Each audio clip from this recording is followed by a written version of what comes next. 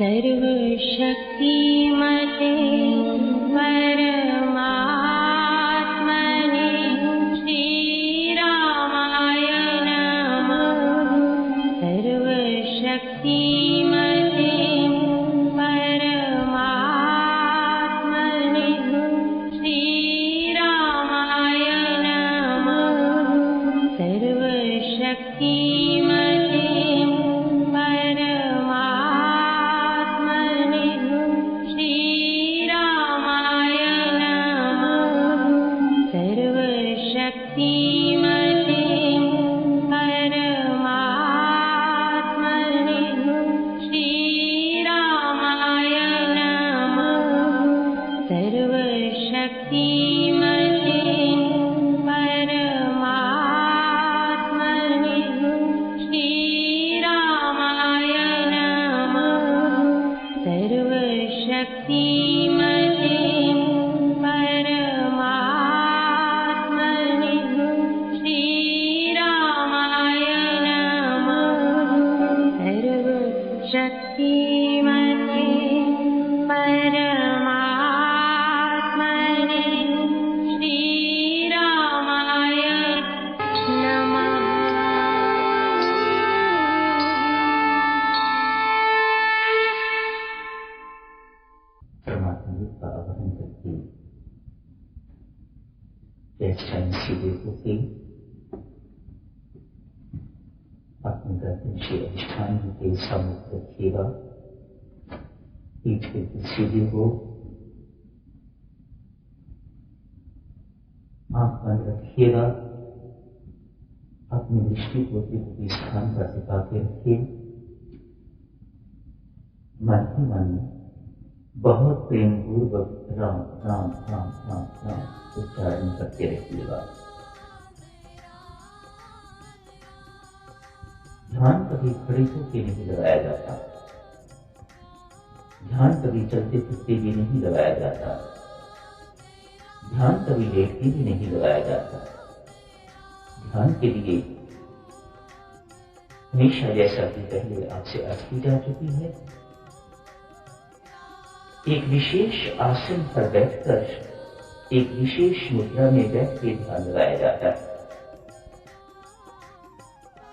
ऐसे स्थान पर जहां शोर भी ना हो, इसीलिए प्रातःकाल का समय निश्चित किया जाता है। बाहर कितना भी शोर क्यों ना हो, और समय प्रातःकाल को सब जगह शांत होता है। उस समय बैठ के ध्यान लगाइएगा। ध्यान दें, कई बार ध्यान में बैठे बैठे, कई बार क्या, हम जैसों के साथ तो हमेशा ही ऐसे होता है। भूली बिसरी बातें सभी जितनी उस वक्त याद आती हैं, इतनी पहले कभी नहीं आती। जितनी नींद उस वक्त आती है, इतनी कभी नहीं आती। वही समय यदि टीवी देखने के लिए बैठना हो, नींद उठ आती है। ध्यान में बैठने के समय बहुत निद्रा आती है। आनंद पर आता है उस वक्त उस निद्रा का शाकनैप जिसे कहा जाता है। कृपया ध्यान दीजिएगा इस बात के ऊपर। कई बार व्यक्ति थका मांदा अपने दफ्तर से, अपने कामकाज से आता है, ध्यान के लिए बैठता है। थोड़ी ही देर के बाद नमस्कार शब्द तक पूरा ही होता है और गर्दन लटक जाती है। ये गर्दन लटकने का चिन्ह कहीं किसी ने आपको गलत बता दिया हो, ये गहन ध्यान का चिन्ह है, या यूं कहिएगा कि आप जाप करते करते आपको लीनता लाभ हो गई है। ये भ्रांति है भक्तजनों, इसे अपने मन से निकालिएगा। गर्दन का लटक जाना केवल इसी बात का प्रतीक है कि आप सो गए। जब किसी की गर्दन लटक जाए तो उसे ये अभिप्राय समझना चाहिए कि अब सोया हुआ। तनिक सी नींद उस वक्त बहुत विश्राम ले जाती है। थके हुए जो होते हैं, आपको लगता है कि आपका ध्यान बहुत अच्छा लगा, लेकिन ये सत्य नहीं है। हाँ, आप सोए बहुत अच्छे। ये कुछ बातें हैं, इन बातों का विशेष ध्यान रखना चाहिए।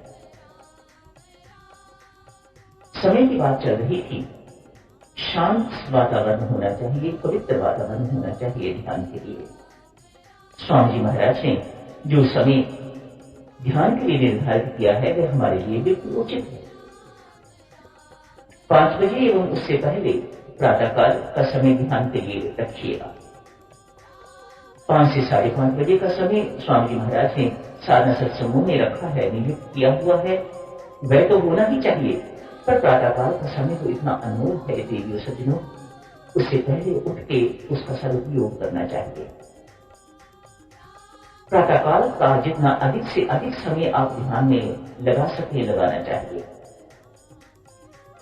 कहते हैं उस वक्त परमात्मा की अपनी प्रवृत्ति में भी सत्व की प्रधानता होती है। परमात्मा भी आपको उस वक्त सहायता देता है। संत महात्मा भी उस वक्त ध्यान के लिए बैठे हुए होते हैं। उनकी तरंगें भी हमें अपने चित्त को एकाग्र करने में सहायता देती है। तभी तो कहा जाता है ध्यान के लिए यदि ये चुनना हो कि हम मुक्ति छोड़ करके बैठें तो संत महात्मा कहते हैं या तो पूर्व की ओर ध्यान रखिएगा, पूर्व की ओर मुख करके ध्यान लगाइएगा, या फिर उत्तर की ओर। उत्तर की ओर मुख्यता इसलिए संत महात्मा वहां विराजमान होते हैं, बैठे हुए होते हैं, ध्यानस्थ होते हैं। उनके गहन ध्यान की तरंगें जो हैं वह हमारे लिए अति हितकारी हैं। बहुत सहायता मिलती है हमें ध्यानस्थ होने के लिए। सायंकाल का समय यहाँ सूर्य अस्त का समय कुछ और है, भारत में समय और है। जो मेडिटेशन के विशेषज्ञ हैं स्वामी जी महाराज ने तो एक ही समय रख दिया है, 6:30 से 7 बजे तक ध्यान के लिए हर साधक को बैठना चाहिए। पर यहाँ की परिस्थिति को देखकर, यहाँ के वातावरण को देखकर और मेडिटेशन के जो एक्सपर्ट हैं, विशेषज्ञ हैं, उनके कथनों को ध्यान देते हुए वह फरमाते हैं प्रातःकाल का समय सूर्य उदय से आधा घंटा पहले और आधा घंटा बाद ये बहुत उत्तम समय है। इसी प्रकार से सायंकाल का समय सूर्य अस्त होने से आधा घंटा पहले और आधा घंटा बाद का समय जो है जिसे संध्या काल कहा जाता है, इस समय में ध्यान लगाना चाहिए। दोनों काल ऐसे माने जाते हैं जिनमें परमेश्वर की अपनी प्रवृत्ति में सत्व की प्रधानता होती है। परमेश्वर की अपनी प्रकृति उस वक्त सात्विक होती है। मानो परमेश्वर ने अपनी प्रकृति को हमें सहायता देने के लिए उसने सत्व की प्रधानता कर डाली है। दोनों समय का लाभ लेना चाहिए। त्रिकाल संध्या के लिए कहा जाता है। स्वामी जी महाराज ने दोनों समों के लिए कहा है, ध्यान में बैठने के लिए पर्याप्त है। दिन भर तो ध्यान लगाया नहीं जा सकता, ये हर एक के वश की बात नहीं है। क्यों? दिन भर तो राजस की प्रधानता होती है, इसीलिए भाग दौड़ मची रहती है दिन भर। क्यों? राजस का काम ही है अति गतिशीलता, अति क्रियाशीलता, अति शब्द राजस के साथ जुड़ा हुआ है। बहुत कामकाज, कोई साइकिल चल रहे हैं, कोई मोटरें चल रही हैं, कारें चल रही हैं, हवाई जहाज चल रहे हैं, दफ्तरों को लोग भाग रहे हैं, दफ्तरों से आ रहे हैं, दफ्तरों को जा रहे हैं। ये राजस की प्रधानता है। और रात्रि का तो आपको पता ही है तामस की प्रधानता होती है। आलस आ जाता है, निद्रा आके हमें घेर लेती है। तो समय हमारे पास ध्यान का जो बचता है वह वही थोड़ा सा समय है, प्रातःकाल का और सायंकाल का। एक समय एक स्थान। यदि ध्यान का लाभ पूर्णतः लेना चाहते हो, एक स्थान पर ध्यान कर बैठा करिएगा, एक आसन इस्तेमाल करिएगा, एक मंत्र का प्रयोग करिएगा, एक माला का प्रयोग करिएगा। ये सब चीजें बहुत लाभकारी हैं यदि आप ध्यान का बहुत लाभ लेना चाहते हैं। साथ ही साथ जीवन हमारा किस प्रकार का होना चाहिए। आप कामी हैं, क्रोधी हैं, लोभी हैं, दिन भर पाप कर्म करते रहते हैं, शाम को ये सोचे ये सब कुछ करते हुए ध्यान टिक जाएगा तो ये असंभव है।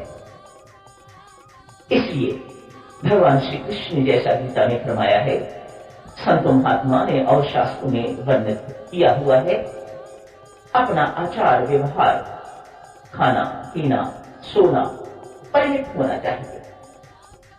आप साधक हैं, ध्यान के विद्यार्थी हैं, इसलिए हमारा सब कुछ जो है औरों से भिन्न होना चाहिए। क्यों? आप ध्यानस्थ होना चाहते हैं, आप प्रभु से मिलन चाहते हैं, आप अपने मन को बलवान बनाना चाहते हैं, आप परमेश्वर की कृपा के पात्र बनना चाहते हैं, आप अपने मन की मलिनता को धो डालना चाहते हैं। इसलिए आपका अपना आचरण, आचार, व्यवहार, खाना पीना, सोना इत्यादि, जागना इत्यादि बिल्कुल परिमित होना चाहिए। भोजन एक साथ का इस प्रकार का होना चाहिए जिससे बहुत गैस न बने, वह ध्यान में बाधा होगी। जिससे कब्ज न हो जाए, वह ध्यान में बाधा होगी। भोजन अपना इस प्रकार का होना चाहिए और अधिक कुछ भोजन के लिए बहुत सोचने की आवश्यकता नहीं, मात्र इतना होना चाहिए जिससे ध्यान में बाधा न पड़े, भजन पाठ में बाधा न पड़े, शरीर स्वस्थ रहे। खाना इसलिए है। सेक्सुअल एंजॉयमेंट भी परिमित। ध्यान दीजिएगा माताओं सज्जनों, इस बात पर हम बहुत विशेष ध्यान नहीं देते हैं। ध्यान में परिपक्वता चाहते हो तो इस बात पर विशेष ध्यान, कम से कम उतना ही ध्यान देने की आवश्यकता है जितना अपने आचार पर ध्यान देने की आवश्यकता है, भोजन पर ध्यान देने की आवश्यकता है, सोने और उठने पर ध्यान देने की आवश्यकता है। इसको इग्नोर नहीं करिएगा। सेक्सुअल एंजॉयमेंट उतनी जितनी अति आवश्यक है। अति का त्याग करना है साधक को, किसी भी क्षेत्र में अति नहीं करनी। आप चाहते हैं शाम को ध्यान लगे तो दिन भर का काम काज उसी प्रकार का होना चाहिए कि बहुत थक न जाए, कि बैठते ही नींद आ जाए। क्यों? ध्यान में जो बैठना चाहते हैं, आप कुछ बनना चाहते हैं, आप साधना में कुछ उपलब्ध करना चाहते हैं, इसलिए ये सब बातें बहुत जरूरी है। आगे बढ़ते हैं बच्चों। कुछ महीनों के बाद ऐसी ध्यान अवस्था लाभ करने के बाद एक साधक, एक विद्यार्थी के मन में ये प्रश्न उठने लग जाता है। हमें कहा गया है आंख बंद करके त्रिपुटी स्थान को देखना है, वहां क्या देखना है। अब आवश्यकता महसूस करता है साधक श्री अधिष्ठान जी की। तब संत से मिलन होता है, गुरु से मिलन होता है, तो वह अधिष्ठान देता है। साथ ही साथ बताता है कि आज से नाम के ऊपर ध्यान लगाइएगा। अर्ज करी गई थी ना आपसे, नाम हमारे लिए परमात्मा का प्रतीक है और ध्यान के लिए प्रतीक की उपासना बड़ी सहायक है। नाम को प्रतीक मान के, आधार मान के, तो आप उस पर ध्यान लगाना आरंभ कीजिएगा। साथ ही साथ आपसे अर्ज करी गई थी, जहां आप राम राम पुकार रहे हो, साथ ही साथ ये भी मन में आना चाहिए कौन है जिसे पुकार रहे हो, कौन है ये राम? वही राम जो परम दयालु है, वही ना जो परम कृपालु है, जो करुणा है और जो मेरे हृदय में विराजमान है, सदा मेरे अंग संग रहता है। वही तो है राम जिसकी मैं आराधना कर रहा हूँ, वही तो मेरा राम जिसको मैं बार बार पुकार रहा हूँ। इतना सब कुछ करने के बावजूद भी आप सोचें कि आपका मन इतनी आसानी से टिक जाएगा परमात्मा के ऊपर या परमात्मा के नाम के ऊपर, तो ये सोच बिल्कुल ठीक नहीं है। मन को अधूरे संसार में ले जाए। आप बहुत परहेज कर रहे हैं, बहुत उपाय आप पालन कर रहे हैं, उपायों का बहुत कुछ कर रहे हैं, बहुत नाम सिकोड़ रहे हैं, इसके बावजूद भी मन संसार में आपको ले जाके रहेगा। क्या करे एक साधक ऐसी अवस्था? साधक चलो ग्रस्त साधक हैं, ग्रस्त नहीं है। इसलिए जो एक ग्रस्त होते हुए जो उचित लगता है, सहज लगता है और अतिशय लाभ देने वाला लगता है साधन, वही एक छोटा सा साधन आपकी सेवा में प्रस्तुत किया जा रहा है। आप ये स्वीकार कर चुके हो कि आपका राम आपके भीतर ही आसीन है, उसका सिंहासन आपका अंतःकरण ही है।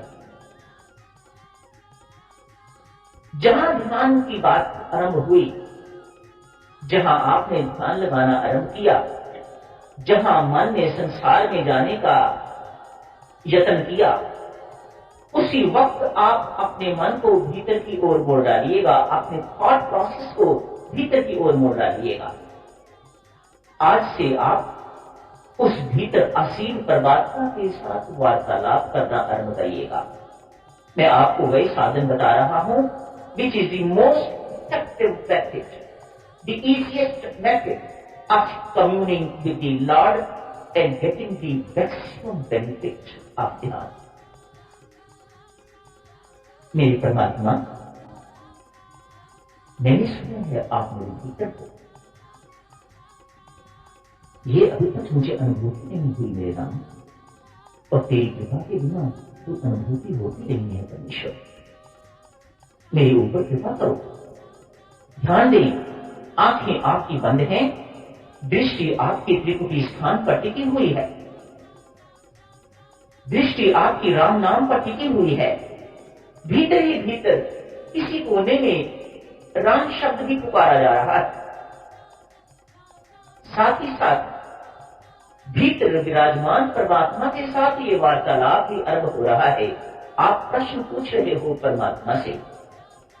मेरे राम, स्वामी जी महाराज को आपने अपने ज्योति स्वरूप, अपने प्रकाश स्वरूप के दर्शन दिए, मुझे कब दो।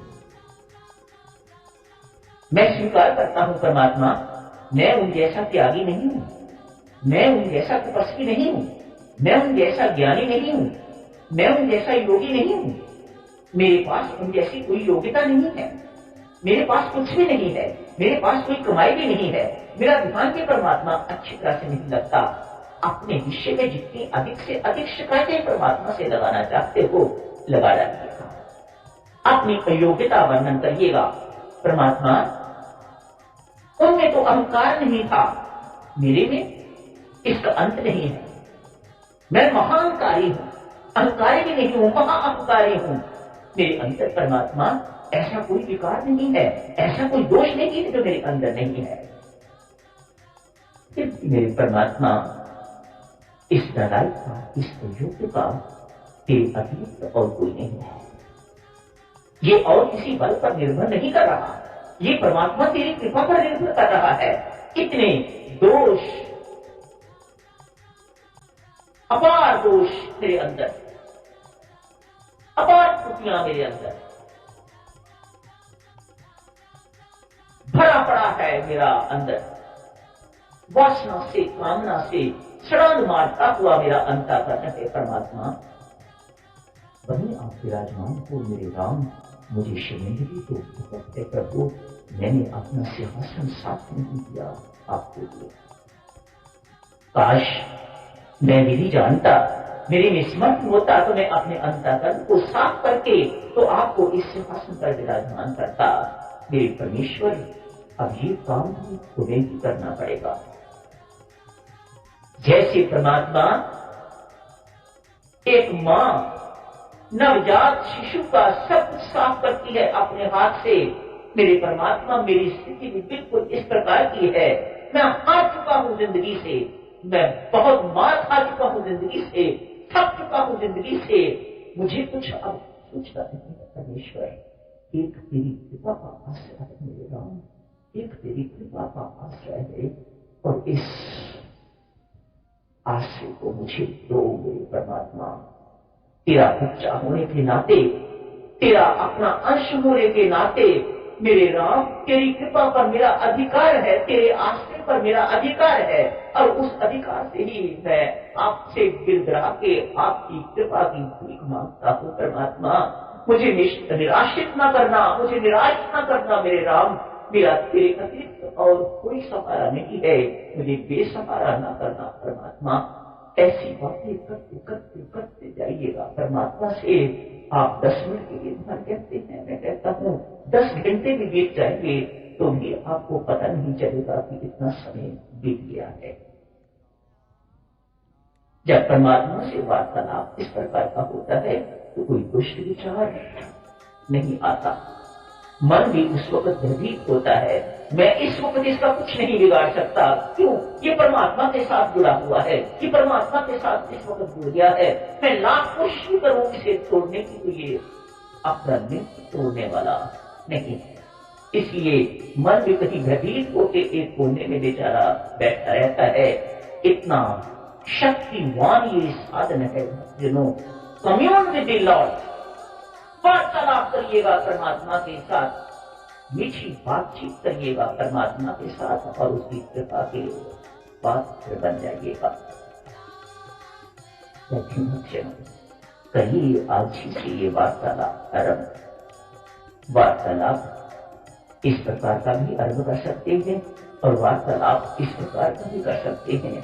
परमात्मा के साथ कोई नाता बनाते ना, मेरी माँ हो तुम, मेरे सर्वस्व हो तुम, मैं तेरा अबोध बालक हूं मां, मैं तेरा अबोध बालक हूं मातेश्वरी। तेरे कृपा रूपी दूध के लिए तरस रहा हूं, तड़प रहा हूं, भूखा हूं, प्यासा हूं। मेरी इस प्यास को मिटा दो मेरा, दया करो मेरे ऊपर। इस ऐसी परमात्मा से स्थापित कर दो अभी से कोई नाता अपने मन जीवन में परमात्मा के साथ। उस नाते से परमात्मा के साथ वार्तालाप करना कर्म करता रहेगा।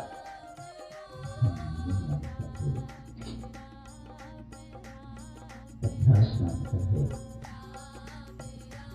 जहाँ गुरु कृपा का स्थान है, संत कृपा का स्थान है, परमेश्वर कृपा का स्थान है, उससे कहीं अधिक अभ्यास का स्थान है ध्यान में, नियम का स्थान है ध्यान में।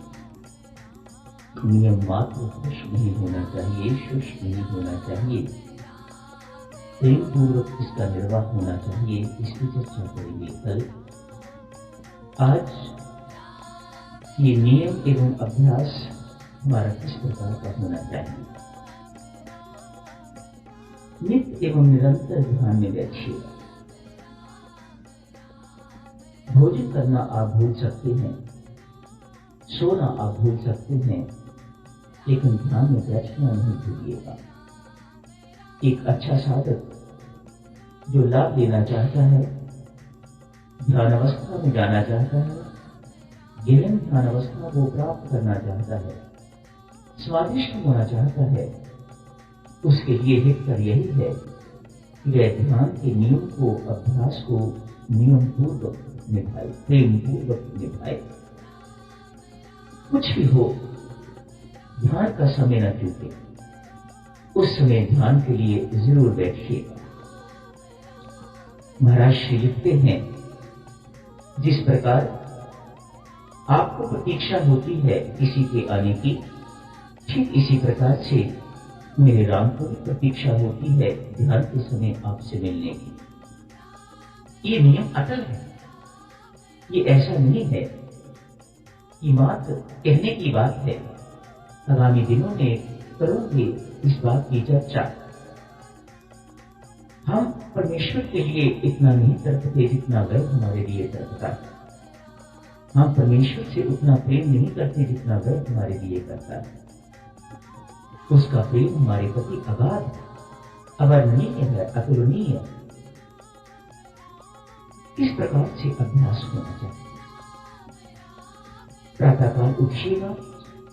हर साधक को प्रयत्न करना चाहिए, चाहे वह भारत का रहने वाला है, भारत में रहने वाला है या अमेरिका में रहने वाला है। बस प्रयत्न करना चाहिए, उसे ब्रह्म मुहूर्त में उठना चाहिए। वह सोए उसी ढंग से ताकि वह सुबह जल्दी उठ सके। वह खाए उसी ढंग से ताकि वह सुबह जल्दी उठ सके। सुबह का टाइम इतना अनमोल है, इसे व्यर्थ मत होइएगा। जो समय भक्ति में चला जाता है कभी बात लौट के नहीं आता। कल रविवार था, चला गया। ये अब कभी नहीं जीवन में आने वाला। अगला रविवार तो आएगा, लेकिन जो बीत गया है वह कभी नहीं आने वाला। साधक को अपने समय का विशेष ध्यान रखना चाहिए। आज प्रातःकाल समय में यदि ये आपसे कहा जाए, कौन ऐसा व्यक्ति है जिसके सिर पर मौत नहीं मंडरा रही? हर एक के सिर पर मौत घूमती है, नित्य मरते हैं। जिंदगी तो नित्य प्रति कम होती जा रही है, जीवन काल नित्य प्रति कम होता चला जा रहा है। इसी को तो मौत कहा जाता है। मानो मौत की और हर कोई बढ़ता जा रहा है। इसलिए ये कहा जाए, यात्रा अभी लंबी है बहुत, समय बहुत कम है और करने अभी कुछ नहीं है, तो इसका अभिप्राय सही मानिएगा। ये बात बहुत सत्य है। बहुत कम कमाई है हमारे पास, इसलिए अविलंब हमें कमाई और अधिक करने की आवश्यकता है। ध्यान बहुत सारी कमाई इकट्ठी की जाता है। प्रातःकाल उठिए, उठ के शौच आदि से निवृत्त होइएगा। नहा सकते हैं तो बहुत अच्छी बात है, यदि नहा नहीं सकते हैं तो कोई बात नहीं है। पेट आपका साफ होना चाहिए, इसलिए रात्रि का भोजन इस प्रकार का लीजिएगा ताकि उठते ही पेट आपका साफ हो सके। यदि पानी पीना पड़े पीजिएगा, मैं कहता हूँ चाय भी पीनी पड़े सुबह पेट साफ करने के लिए तो लीजिएगा। ध्यान ठीक रखना चाहिए, उसके लिए कुछ भी करना पड़े उस बात की चिंता ना कीजिए। मैं बहुत छोटी छोटी बातें, पेट साफ हुआ, मुंह इत्यादि साफ किया, आंखों पर छींटे लगाए यदि नहाना नहीं है। यदि नहा सकते हैं तो बहुत अच्छी बात है, यदि नहीं नहा सकते तो कृपया आंख खोल के देखें किस प्रकार से करना होगा। स्वामी जी महाराज ने क्या वर्णन किया हुआ है। अपनी आंखों पर खूब छींटे लगाइए, ठंडे पानी के लगा सकते हैं तो ठंडे पानी के छींटे लगाइएगा। पानी थोड़ा सा हाथ में लेके तो अपने सिर पर लगाइएगा। विशेष क्या आंख खोल के देखें, विशेष क्या इस स्थान पर स्वामी जी महाराज कहते हैं पानी थोड़ा फेंकिएगा ताकि वह पानी थोड़ा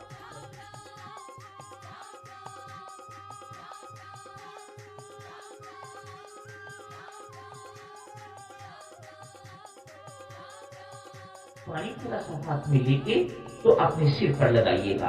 विशेष क्या आंख खोल के देखें, विशेष क्या इस स्थान पर स्वामी जी महाराज कहते हैं पानी थोड़ा फेंकिएगा ताकि वह पानी थोड़ा गर्दन की ओर चला जाए। साथ ही साथ घुटनों के नीचे तक की पिंडलियां हैं, पांव हैं, इन पर भी थोड़ा थोड़ा पानी डालिएगा। इन्हें धो के साफ करके पोंछ के तो ध्यान कक्ष में प्रवेश कर जाइएगा। कर लीजिएगा आंख बंद। आंख बंद करके किसी स्थान को देखते रहिएगा। कानों को इधर मेरी ओर कर दीजिएगा। ध्यान पूर्वक हर बात को सुनिएगा, साथ ही साथ मनन करते रहिएगा। चिंतन भी चलता रहे, परमेश्वर के नाम का आराधन भी चलता रहे। भक्तजनों, जो मैं बात आपकी सेवा में कह रहा हूँ वह असंभव नहीं है आपके लिए। जब परमेश्वर की कृपा अवतरित होती है, जब दया के बंधार से दया का द्वार खुलता है, ये सब चीजें घटती। कोई असंभव बातें आपकी सेवा में नहीं कही जा रही, ये स्वतः घटने लग जाती हैं। जब मेरे राम दीन दयाल कृपा करके तो दया कर देते हैं। ध्यान कक्ष में प्रवेश करते ही परमात्मा को नतमस्तक नमन कीजिएगा। धरती पर अपने मस्तक को टिका के नमन कीजिएगा, घुटने टेक के नमन कीजिएगा और प्रणाम करके अधिष्ठान जी का पर्दा हटा के सीधे होके बैठ जाइएगा। प्रार्थना करके अल्पतर थोड़ी देर श्री अधिष्ठान जी के सम्मुख बैठ के बिना आंख झपके थोड़ी देर देख के उनके दर्शन करके तो नमस्कार शब्द पढ़िएगा। पुनः याद दिला दूं, नमस्कार शब्द पढ़ते हुए आपको हर पंक्ति के साथ जहां नमस्कार करने की बात आती है वहां झुक के परमात्मा देव को प्रणाम कीजिएगा। मैंने ऐसे सुना है, महाराज श्री जब किसी के लिए प्रार्थना किया करते तो वे एक माला पूरी, जैसे हम सर्वशक्ति मदे परमात्मा श्री रामाय नमः गाते हैं, ठीक इसी प्रकार से गाते हर बार परमात्मा को प्रणाम करते, मानो परमात्मा देव का सानिध्य, उनका सामिप्य, उनकी निकटता प्राप्त करके उसके बाद परमात्मा से प्रार्थना किया करते। नमस्कार शब्द भी परमात्मा का सानिध्य प्राप्त करने के लिए है, उनका सामिप्य प्राप्त करने के लिए है, उनका आवाहन करने के लिए है। मानो आप स्वीकार कर रहे हैं मेरे राम मेरे चहुं ओर है, मेरे भीतर ही नहीं, बाहर भी है, इधर भी है, उधर भी है, ऊपर भी है, नीचे भी है, आगे भी है, पीछे भी है, और बिल्कुल बीच में उनका ये अबोध बालक बैठा हुआ है। मानो आपको ये बोध होना चाहिए उस वक्त ये प्रतीति होनी चाहिए, आप अपनी माँ की गोद में बैठ के उनका ध्यान लगा रहे हैं। फिर कौन रोक सकता है ध्यान न लगे? कोई नहीं, कोई विघ्न बाधा नहीं आएगी। जब माँ की गोद में बैठ के उसका वात्सल्य प्राप्त कर रहे हैं तो मैं कहता हूँ ध्यान तो लग गया, ध्यान का लक्ष्य तो पूर्ण हो गया। ध्यान का लक्ष्य तो यही है ना, उस मातेश्वरी की कृपा प्राप्त करने, उस मातेश्वरी की गोद प्राप्त करने, उस जग जननी की गोद में बैठना, यही तो ध्यान का लक्ष्य है। यदि ये अनुभूति आपको होने लग जाती है तो ध्यान का उद्देश्य पूर्ण हो जाता है। ऐसे बैठ के नमस्कार सब तक पढ़ के तो अपनी आंखें मूंद लीजिएगा। आंख मूंद के त्रिपुटी स्थान को देखते हुए भीतर ही भीतर प्रेम पूर्वक भक्तजनों याद रखिएगा ये शब्द। मेरे राम को जितना प्रेम पूर्वक याद करोगे उतना लाभ होगा आपको। प्रेम पूर्वक पुकारिएगा, प्रेम पूर्वक याद कीजिएगा प्रियतम परमात्मा को पूर्ण हृदय से, not half heartedly, whole heartedly याद कीजिएगा परमात्मा को। उस समय किसी की और याद ना आए, कोई याद ना आए, किसी की याद ना आए, कोई संसारिक विचार मन में ना आए। रोकिएगा उसे। भीतर पुकार इतनी प्रबल होनी चाहिए, किसी संसारिक विचार की क्या हिम्मत है कि वह प्रवेश कर जाए। हम दुर्बल हैं, इसलिए उन विचारों से ग्रस्त हो जाते हैं। हमें उन विचारों में अधिक आनंद प्राप्त होता है, इसीलिए वे विचार बार बार आते हैं। मन इस बात का आपकी दुर्बलता का लाभ उठाता है भक्तजनों, वह आपको घसीट के संसार में ले जाता है। क्यों? वह आपकी दुर्बलता को जानता है, हमारी दुर्बलता को जानता है। हमें संसार में रहना, संसार की बातों को याद करना और उसी में मुदित होना अधिक अच्छा लगता है। परमेश्वर के नाम के आराधन में हमें वह आनंद प्राप्त नहीं होता, उसकी याद में हमें वह आनंद प्राप्त नहीं होता। इसलिए मन इस बात का लाभ लेते को आपको संसार में धकेल देता है। अब आप संसारिक विचारों की दुनिया में खो जाते हैं और ध्यान का समय बड़ी तीव्रता से बीतता जा रहा है। उठने के बाद माथे पर हाथ मारते हैं, आज भी समय व्यर्थ चला गया, नष्ट कर दिया। गुरुजनों से कृपा मांगते हैं, क्या करेंगे? आप अपनी दुर्बलता इसे दूर करने का कोई प्रयत्न ही नहीं करते, आप गुरुजनों का सहयोग ही नहीं देते, आप संत महात्मा की कृपा का लाभ ही नहीं लेते। वह क्या करे? वह आपको ऊपर चढ़ाना चाहता है, वह आपका उत्थान चाहता है, वह नीचे खड़ा होकर ऊपर धकेलता है और आप ऊपर से छलांग लगा के नीचे आ जाते हैं। वह बेचारा क्या करे? वह अपने आप को निस्सहाय अनुभव करता है कि मेरे साथ सहयोग देते होते तो आज तक पराकाष्ठा को प्राप्त हो जाते, साधना के पिंडाकल तक पहुंच गए होते। यदि ये इस प्रकार के सहयोगी होते, साधना का अभाव आपको सहयोगी नहीं बनने देता। मानो और अधिक साधना की आवश्यकता है। भक्तजनों, मेरे राम की आराधना इतनी तुच्छ नहीं है। सोचो ना, पूंजीपति बनने के लिए कितना समय देते हो। मेरा नाम इतना नहीं है कि उसे आप अपने समय का 100वां हिस्सा भी ना दें। वैसे तो वह इससे अधिक समय के योग्य है। हर समय उसका ध्यान होना चाहिए, हर समय उसकी याद आनी चाहिए, हर समय उसकी कांस्टेंट रिमेम्बरेंस बनी रहनी चाहिए, निरंतर उसकी याद बनी रहनी चाहिए, स्मरण बना रहना चाहिए और हम निरंतर उसका स्मरण बनाते रहते हैं। ऐसे व्यक्ति जनों तीव्रता से राम राम बोलिएगा ताकि मन संसार में ना जाए। लंबा करके राम बोलिएगा ताकि दो राम बोलने के बीच में जो अवकाश आता है उसमें मन संसार में ना चला जाए। यत्न तो इस समय वही करना है। ध्यान अवस्था क्या है भक्तजन?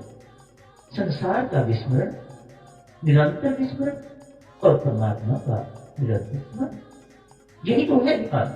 और क्या?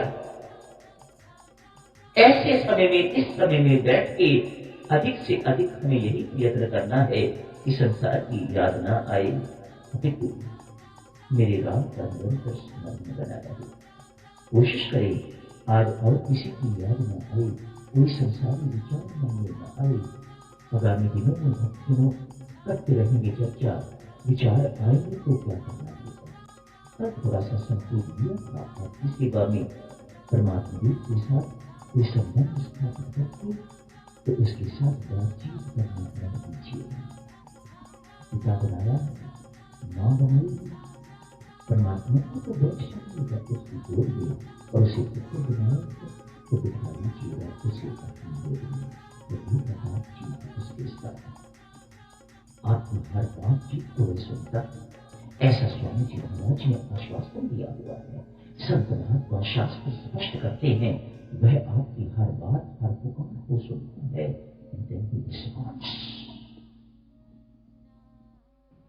ध्यान नहीं मांगता है, अभ्यास मांगता है।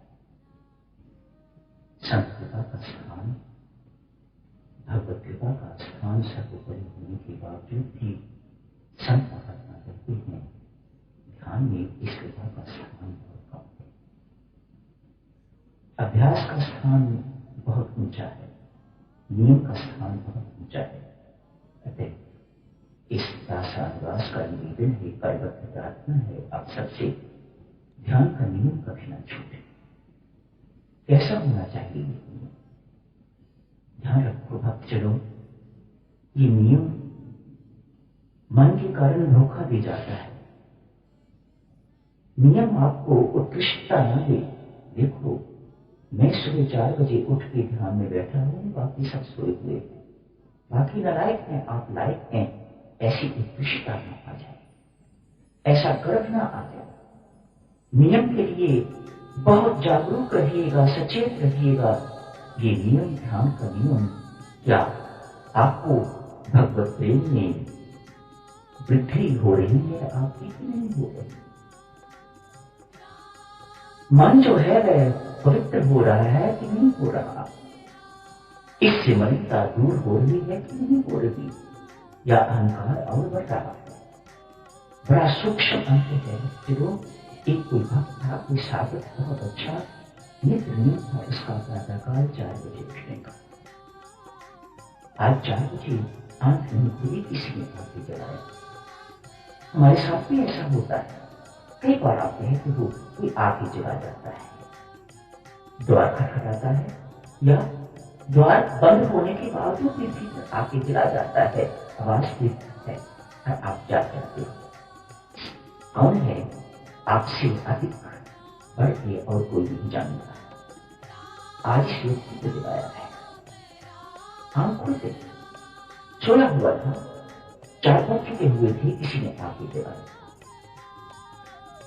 उठ के बैठ के ध्यान मुद्रा में बैठ गए। ध्यान के उपरांत किसने जगाया था उसका आह्वान करके मन ही मन उसका धन्यवाद किया। आप अवश्य शांत महात्मा हैं जो मुझे सोए हुए को जगा गए। नियम मिल गया, संतोष हुआ, गर्व हुआ। व्यक्ति ने कहा, नहीं भाई, तुझे गलती ना लगे, मैं संत महात्मा नहीं के पाप हूं। ध्यान से सुनो भक्तजनों, जगाने वाला संत महात्मा नहीं है, परमात्मा नहीं है। कहता है मैं पाप हूं, व्यक्ति कहता है पाप को सुनाता है, जगाता नहीं है। अरे नहीं, 2 वर्ष पहले भी तू इसी प्रकार सोया रहा। 4 बजे तेरा उठने का नींद था तो उठ नहीं पाया, 5 बजे उठा तो रो रो के बुरा हाल कर दिया।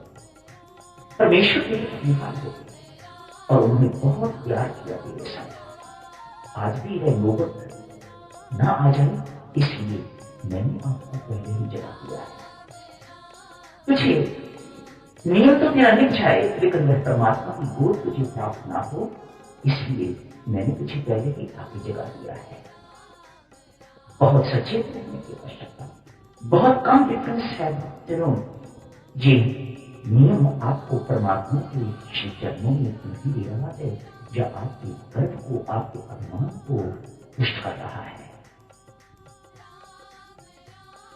ध्यान रखिए, इसलिए आप ही तो कहते हैं। कभी कभी ध्यान बहुत अच्छा लगता है, कभी कभी ध्यान नहीं लगता। आप नहीं पास कर्म आगे आ जाते हैं। एक बात भक्तजनों ये कुछ मुख स्पष्ट करता है, संसार का कोई ऐसा पाप नहीं जो आपको भजन पाठ में आता नहीं। भजन पाठ में एक ही बात है, और वो है हमारी दुर्गति। किसी पाप की मजाल नहीं है वह आपके भजन पाठ में आगे बाधा बन जाए। यदि बनता है तो कुछ डालिएगा, आपके पास तो राम नाम का इतना सर्वशक्ति में सर्वशक्तिशाली मंत्र है, उसके साथ उसकी सहायता लेके उसकी कृपा प्राप्त करके इस पाप को नष्ट कर दीजिए। आपके पास तो ऐसी अग्नि है, आप सारे के सारे पाप पुंज को जला के प्राप्त कर सकते। क्या बाधाएं हैं बच्चे? आज देखिए 20 वर्ष, 30 वर्ष, 10 वर्ष, 5 वर्ष ध्यान में बैठे हो गए हैं, लेकिन अभी तक यही एक ही शिकायत रहती है, ध्यान रखता है, मन भटकता है। जाके भी कैसे 5-6 बाधाएं याद रखिएगा, इनमें से देखिएगा आप कौन सी बाधा से ग्रस्त है। सर्वप्रथम बाधा है असंयमी जीवन। आपके विचारों पर आपका कोई अंकुश नहीं, आपके कर्मों पर आपका कोई अंकुश नहीं, आपके भोजन खाने पर कोई अंकुश नहीं, सोने पर कोई अंकुश नहीं। तो भक्तजनों, आप कैसे सोच सकती हो कि आपका ध्यान परिपक्व हो जाएगा? कभी नहीं। आपका आचार व्यवहार ठीक हो जाएगा। आप कैसे सोचती हो ध्यान आपका लगने लग जाएगा, आपको एकाग्रता लाभ हो जाएगी? कभी नहीं। एक महात्मा बहुत बड़े बड़े डंडे लेके खड़ा है, इतने बड़े बड़े डंडे मानो जमीन से लेके आकाश को छू रहे हैं। उन द्वारा वह उठ के महल पर छत पर चढ़ने का प्रयत्न कर रहा है। एक वृद्ध पास मुस्कुरा रहा है। बनते तो बहुत समझदार है, लेकिन इन डंडों के माध्यम से किस प्रकार छत का पहुंच पाओगे? कभी नहीं पहुंच पाओगे। फिर क्या करना होगा? हर एक में 2 डंडों को जोड़ने। ये डंडे मैं मानता हूँ ज्ञान के डंडे हैं, भक्ति के डंडे हैं, जाप साधना के डंडे हैं, पर जब तक इन दोनों डंडों को बीच में छोटे छोटे डंडे होते हैं जिन्हें संयम के डंडे कहा जाता है, जब तक वो नहीं लगाओगे तब तक कभी ऊपर नहीं चल पाओगे। कुसंग, कुविचार, व्यभिचार, ये सारे के सारे विषयासक्ति जो है जिसे कहा जाता है, विषय सुख जिसे कहा जाता है, जब तक उसकी तृष्णा होती नहीं है तब तक ध्यान नहीं लगता। हमारा आचरण, हमारा व्यवहार होना चाहिए, तभी जाके मन की एकाग्रता, चित्त की एकाग्रता प्राप्त हुआ करती है। हरि बाबा लगभग 4 महीने से एक किसी वृद्ध ब्राह्मण को वहां कथा सुनने के लिए जाते हैं। एक विद्वान है, उसकी कथा में बहुत रस है, बहुत आनंददायी है कथा। पिछले 4 महीने से निरंतर जा रही है बाबा उनकी कथा सुनने के लिए। बहुत बड़े बाबा हैं जिनका नाम आपकी सेवा में दिया जा रहा है। आज एक शिष्य देख चलिए तो भी चाहिए, वहां कथा सुनने का अपना ही आनंद है, एक अनुभव आनंद है। चल तू भी कथा जाती सुन। कथा सुनने के बाद वापस लौटते हैं। हरि बाबा आपके शिष्य के साथ पूछते हैं बेटा कैसी कथा लगी? कथा तो थी अच्छी महाराज, पर उसके घर का जो वातावरण था बहुत अच्छा नहीं। उसे को ये भी पता नहीं है कि चद्दर को कहाँ लटकाया जाता है, हार कहाँ लटकाए जाते हैं, माला कहाँ लटकाई जाती है, दही कहाँ रखी जाती है, सब चीजें घुटने पर लटका के रखी हुई है। हरि बाबा कहते हैं बेटा मुझे 4 माह हो गए हैं कथा जाती रहती, मैंने आज तक ये बात कभी नहीं देखी जो आप एक ही बात को देख किया है वो जो संसार को देख चुका है भगवान को कैसे देखा। तूने मेरे सनातन का, तूने मेरे संसार का लाभ नहीं किया जो लाभ तुझे होना चाहिए नहीं किया। वृंदावन में एक भक्त नित्य ध्यान लगाता है। भक्ति का रूप ये है, भक्ति में वृंदावन न चाहते हुए भी ध्यान लग जाता है वहां पर जाकर। इस एक महात्मा ने मुझसे प्रार्थना कर महाराज इतने वर्षों से ध्यान लगाने कोशिश कर रहा हूं, ध्यान लगा मन परमात्मा के चरणों पर टिक नहीं रहा, मन परमात्मा के नाम पर टिक नहीं रहा। महाराज मेरे ऊपर कृपा करो, मेरी समस्या की समाधान कीजिए। चलो भी क्या देख कक्ष में चले, ध्यान कक्ष में जाके क्या देखते हैं उस 20-25 तस्वीरें लगा रखी। पूछते हैं बेटा तेरी ध्यान की पद्धति क्या है, कैसे ध्यान लगाती हो? यही महाराज गणपति की पूजा से बंद करता है, उसके बाद हनुमान चालीसा पढ़ता हूँ, उसके बाद अमृतवाणी का पूरा समय नहीं होता मेरे पास। 7 बार शक्ति परमात्मा श्यामाय नमः का पाठ करता हूँ, थोड़ी सी अमृतवाणी पढ़ लेता हूँ। उसके बाद मुझे माँ लक्ष्मी की पूजा करनी होती है, उनकी पूजा करके बस बेटा और कुछ कहने की आवश्यकता नहीं। हाँ महाराज बीच में कभी कभी ओम नमः शिवाय का मंत्र भी पढ़ लेता हूँ। बस बेटा चुप कर, तू एक जन्म में कह रहा है, मैं कहता हूँ तू 1000 जन्म भी यदि ध्यान लगाता रहेगा तो भी चित्त कभी के साथ नहीं हो पाएगा। कुएं से पानी निकाल रहे हो, बाल्टी ऐसी है जिसका तला नहीं है, तो कभी पानी की एक बूंद भी आपको प्राप्त नहीं हो पाएगी।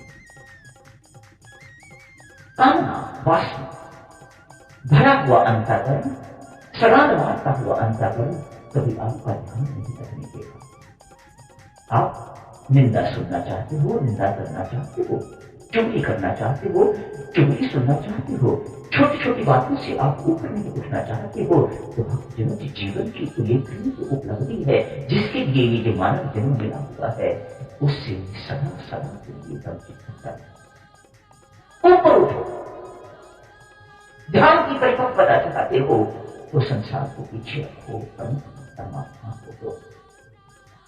हमारा मार्ग तो स्वामी जी महाराज फरमाते हैं ना, प्रेम का मार्ग है, परमात्मा से वार्तालाप का मार्ग है, प्रार्थना का मार्ग है, भीख मांगने का दीनहीन बन के रखने का मार्ग है। दिन भर परमात्मा के नाम की माला फिरो, एक माला फिरो तो 1,00,000 बार उसका धन्यवाद करो। परमेश्वर शुक्र है एक माला मेरे बहन जीवन में ऐसा कोई क्षण न आए जब मैं तुझे और आगे जाते हो। ये प्रार्थना, ये धन्यवाद और ये जाप दिन भर जिसका नियम रहता है, जिसकी दिनचर्या इस प्रकार की होती है, कोई माई का लाल ऐसा नहीं कि उसके ध्यान को उसके पीछे कर सके, उसका ध्यान देखते रहेगा। आप थोड़ा करते हो, अधिक भगवान करते हो और सोचो कि ध्यान लग जाएगा। यशमान के चक्कर से आप अभी तक ऊपर नहीं उठे। आज मेरे से यशमान अधिक मिलता है तो मेरे पीछे, कल को मेरे से यशमान कम मिलता है, थोड़ी अवहेलना होती है कि किसी दूसरे को देखने का प्रयत्न करते हो, तो भक्तजनों इस उधेड़ से कभी निकल नहीं पाओ। आप तो यशमान के भूखे हो, आप साधना के भूखे नहीं हो, आप परमात्मा के प्यार के भूखे नहीं हो। यशमान को परमात्मा का भूखा रहेगा, आपको बहुत मिलता रहेगा, लेकिन परमात्मा कभी नहीं मिलता। परमात्मा उसे ही मिलता है जो परमात्मा के साथ मिलता है। परमात्मा की विनम्रता नहीं देखता, परमात्मा ये नहीं देखता आप कौन सा सोप इस्तेमाल करते हो, परमात्मा ये नहीं देखता आप किस प्रकार के कपड़े पहन के आए हो, परमात्मा मेरा राम ये नहीं देखता कितने बड़े मकान में आप रह रहे हो, कितनी बड़ी सत्ता पद के मालिक को परमात्मा ये नहीं देखता। परमात्मा ये देखता है मन का कितना करके आए हो, किस से जीवन यापन करके आए हो, परमात्मा उसको देखता है। जिस नियम से परमात्मा के चरणारविंद में प्रीति उपजे, जिस साधना से परमात्मा के नाम में, उसके स्वरूप में, उसके रूप में प्रीति की वृद्धि हो। चलो ऐसे नियम को, ऐसे नियम का पालन कीजिएगा। कल अंतिम दिवस है भक्तजनों। चर्चा तो आरंभ हुई थी ना, स्वामी जी महाराज के अनुसार हमारे ध्यान की परिपक्वता यही है कि हम उस देवादी में उस दयालु कृपालु की कृपा के पात्र बन जाएं। कल करेंगे चर्चा भक्तजनों, कृपा के पात्र हम बन चुके हैं या नहीं, क्या चिन्ह है, क्या चिन्ह है कि हमारे हृदय में परमात्मा के प्रति प्रीति जगी, उसकी वृद्धि हो रही है या नहीं। कल करेंगे चर्चा। आज रखिए शिष्य मेरी रसना राम राम राम राम, मेरी रसना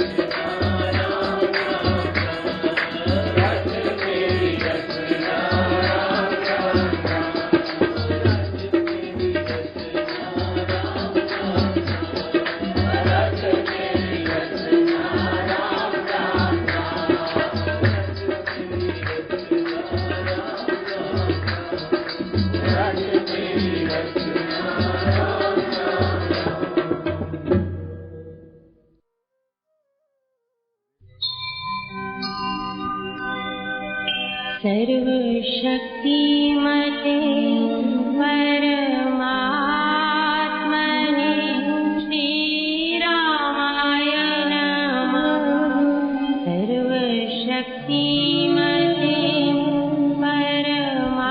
परमात्मने श्रीरामाय नमः। सर्वशक्तिमते परमात्मने श्रीरामाय नमः। सर्वशक्तिमते परमात्मने श्रीरामाय नमः। सर्वशक्तिमते परमात्मने श्रीरामाय नमः। सर्वशक्तिमते परमात्मने श्रीरामाय नमः। सर्वशक्तिमते